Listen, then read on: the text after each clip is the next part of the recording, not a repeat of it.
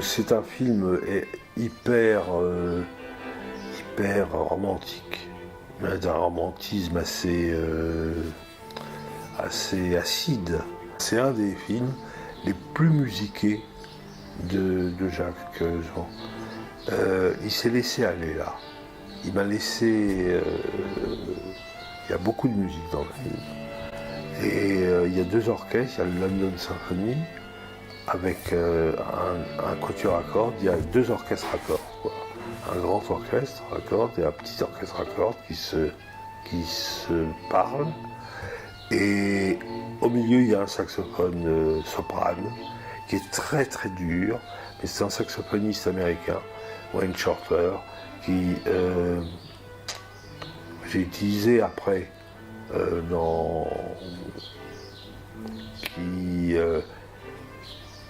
qui joue du sax soprane. Donc tu sais, le sax soprane, c'est quand même un instrument très, on va dire, un peu dur, qui casse le romantisme. Mais qui en même temps donne, bon, vu que Wayne Shorter est un des plus grands saxophonistes du monde, effectivement, c'est quand même très très très beau.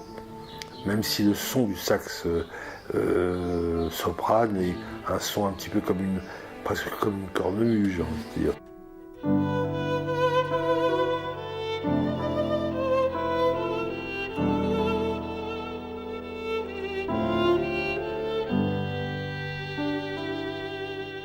Pour Pedette, il est arrivé avec un machin de Debussy.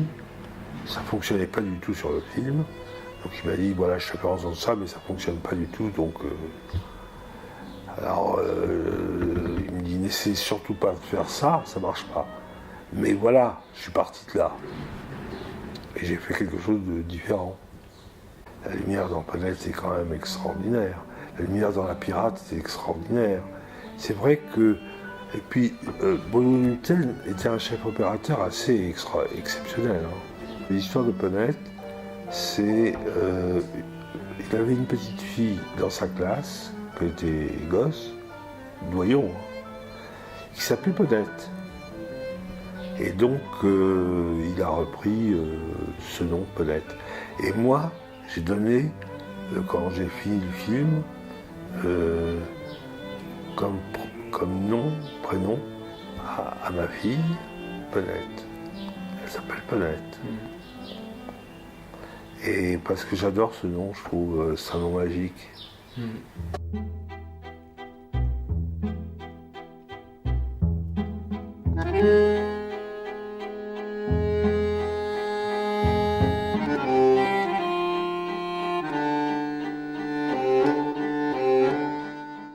Comédie, c'est un film sur la jalousie, tout simplement. C'est quand entre Birkin et Souchon, ils sont très très amoureux, mais très jaloux. Et j'ai utilisé un bandoneon, c'est Masalini qui joue du bandoneon, et un saxophone américain, et un quatuor à cordes. C'est du tango. Mais c'est pas du tango qui ressemble à du tango à la manière d'un tel. C'est du tango. Mais c'est du tango, j'ai envie de dire, qui ressemble à un doyon. Mais pourquoi du tango? Parce que le tango a un côté... Le tango, c'est un côté jaloux. Tu vois, ça a une connotation de jalousie. Donc je me suis dit, et on en a parlé avec Jacques à l'époque, je lui ai dit, ce qui serait marrant, c'est de faire un tango là. Quand tu mélanges, par exemple, un saxophoniste de jazz avec un bandoneon qui n'a rien de jazz, effectivement, plus un quatuor derrière qui est écrit très classique, je veux dire, ça bouscule quelque chose.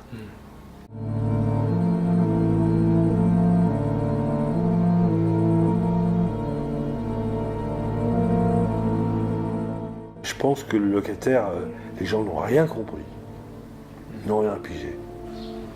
Alors que c'est probablement le plus beau film de Polanski. Il y avait 24 semaines de tournage, Et je me suis dit, la seule solution, c'est que je passe les 24 semaines de tournage sur le plateau.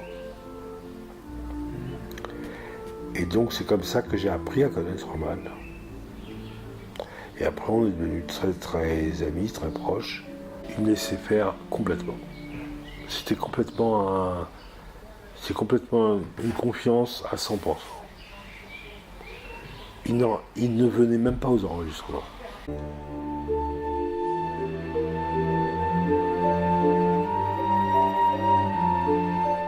C'est du glace harmonica. Glace harmonica parce que tu sais pourquoi? Le personnage se jette dans le verre, dans la verrière. Donc quand j'ai vu, quand je savais ça, je me suis dit, il faut qu'il y ait dans ce film du verre. Et j'ai appris que Mozart avait écrit cet instrument de verre. Et donc ça date de Mozart, ça date pas de... c'est pas un instrument inventé comme ça.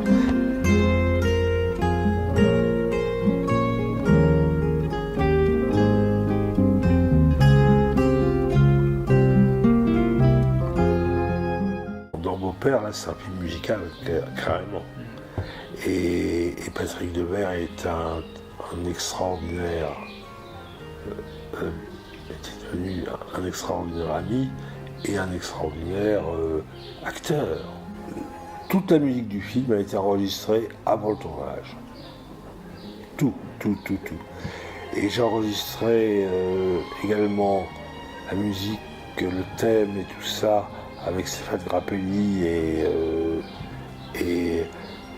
au piano c'était Maurice Bander qui est mort, le pauvre, il n'y a pas longtemps, quelques mois. Patrick Devers, je lui ai fait apprendre le piano, enfin réapprendre, il avait des petites notions. Le piano, je lui ai mis un professeur dans les mains, mais je le surveillais évidemment sans arrêt, donc je le voyais très souvent. Et pour que vraiment on ait l'impression que ce soit lui qui joue.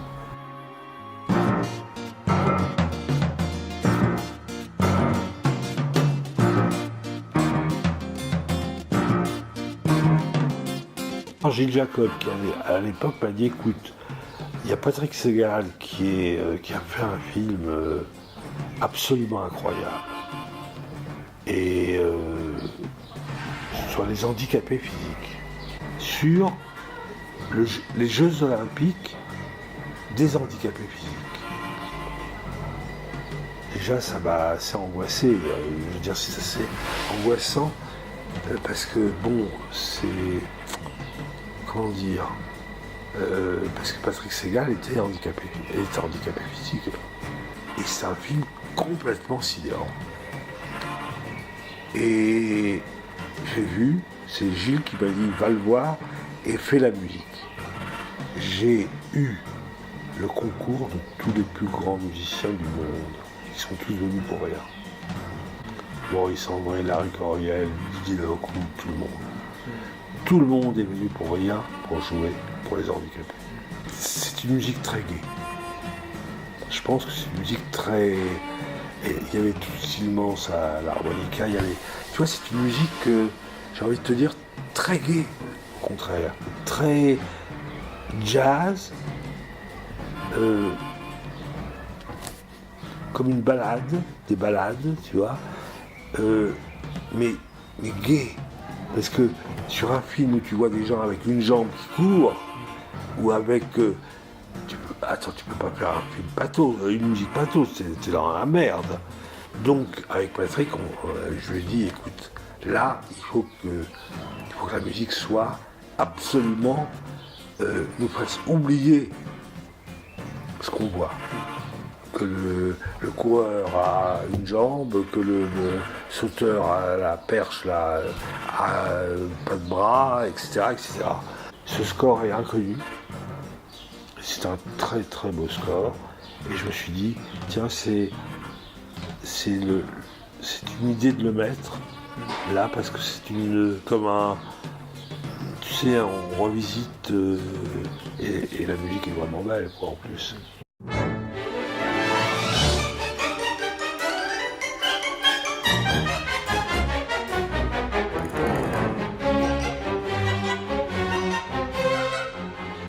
Garçon, c'est...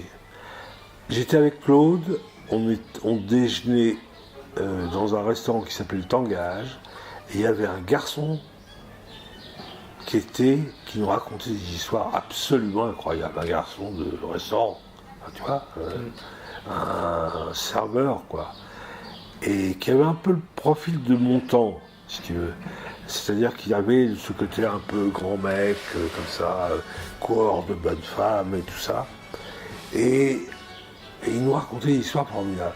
Et j'ai dit à Claude, ça serait génial un jour si tu fais quand même un film sur ce garçon de café, enfin ce garçon de restaurant. C'est un film que Claude ne voulait pas vraiment faire, mais la musique est vraiment assez étonnante, le garçon, formidable. Elle a énormément de tenus, de joie de vivre. Moi, je me suis inspiré en fait du garçon qu'on a connu dans ce restaurant.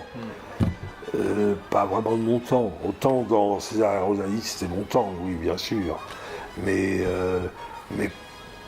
pas dans Garçon. Garçon, c'était pas... Même si, de temps en temps, il y a des scènes formidables avec mon temps. Mais, je me rappelais, la musique est plus inspirée du vrai garçon.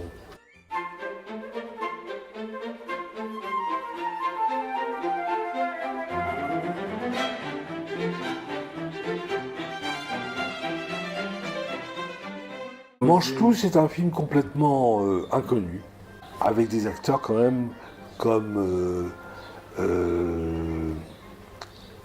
Pierre Richard, comme Villeray. C'est 4 tableaux qui sont complètement comme de la musique qu'on pourrait écouter en concert, quoi. C'est une musique style un peu presque stravinskienne, mais sans être dissonante, hein, avec du panache, quoi. C'était Mancheville, quoi. C'est le personnage de Mancheville, d'après Albert Cohen. C'est quand même c'est un roman extraordinaire. Avec Moshe Mizrahi, par exemple, avec qui j'ai fait La vie devant soi, avec qui j'ai fait tous ces films, c'est un type avec qui j'écrivais la musique et je l'enregistrais avant que le film ne se tourne. C'est un film à redécouvrir pour les gens. Une comédie avec une musique...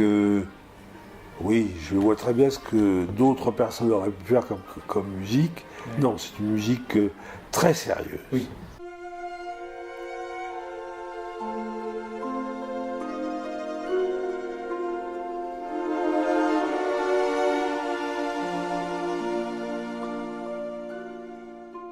La Maison de Jade, c'est la merveilleuse Jacqueline Bisset, qui était sublimissime. Une comédie sentimentale, on va dire. Mais la musique a beaucoup de vivacité, beaucoup de tonique, et très romanesque, mais romanesque avec quand même à l'intérieur, elle est très, très lyrique. La musique est entièrement sur Jacqueline Bisset. Jacqueline Bisset est pour moi une des plus belles femmes du monde. Et sur une femme comme ça, on ne peut pas faire du gnangnan, c'est pas possible. Parce que je pense que la musique doit ressembler aux acteurs. Tu vois ce que je veux dire? Par exemple, les musiques que j'ai fait avec Romy, elles ressemblent à Romy. Hein.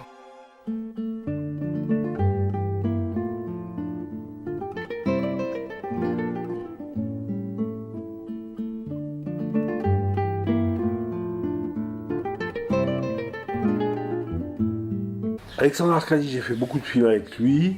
J'ai pris deux guitaristes formidables, qui sont les frères Assad, qui sont des guitaristes, des solistes internationaux. La jeune fille qui joue dans le film a une maladie terrible. Et donc, une maladie incurable, on va dire. C'est une petite espagnole.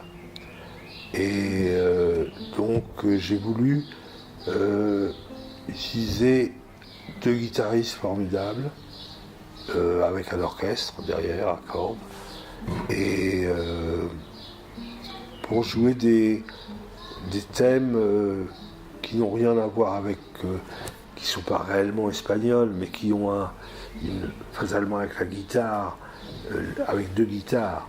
C'est vraiment une musique qu'on a envie d'écouter parce qu'elle est vraiment très, très, très, très belle, la musique.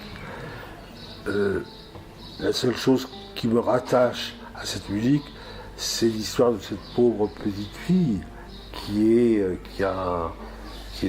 enfin, très malade, quoi. J'ai pas essayé de faire une musique pathos. Elle est très joyeuse, la musique. Elle est très très joyeuse. Et simplement, elle a une inspiration, on va dire, un peu hispanique.